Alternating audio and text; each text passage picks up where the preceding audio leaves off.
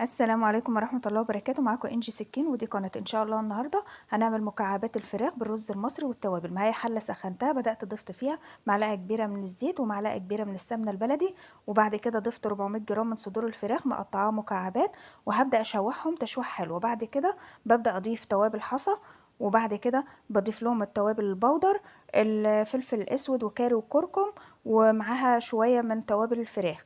بعد ما بيتشوحوا ببدأ أضيف الثوم والفلفل الحار، بيتشوحوا برضو. بعد كده بضيف لهم البصل واشوح.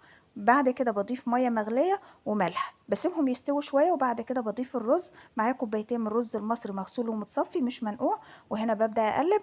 بعد كده بشيل الحبهان وببدا اضيف شويه من الفلفل الالوان، واسيب الرز لغايه ما يتشرب. بعد كده بهدي عليه النار لغايه ما يستوي.